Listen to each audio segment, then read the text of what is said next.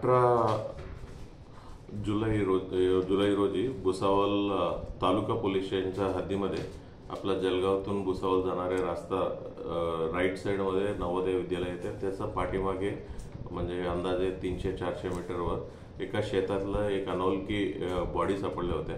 त्या अनोळखी body almost decompose देखील झाल्या होत्या आणि 2 किंवा 3 दिवसानंतर कोणतरी माणसं तिथं शेतात गेल्यानंतर तिचा अनोळखी बॉडी प्रेत सापडल्याने पोलिसांना कल्पना दिलं।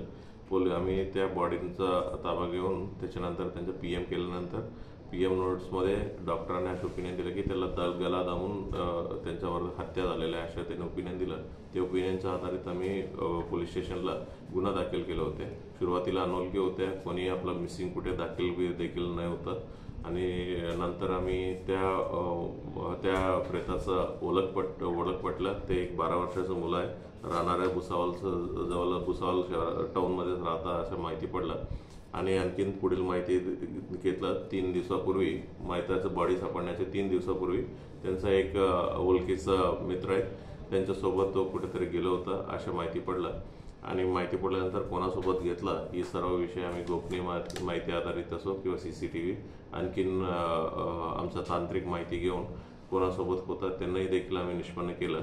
आता महिनाभर नंतर त्यांना शोध घेतल्यानंतर तो जे कोणी हत्या केलं होते त्या माणसाला आम्ही अटक केलं।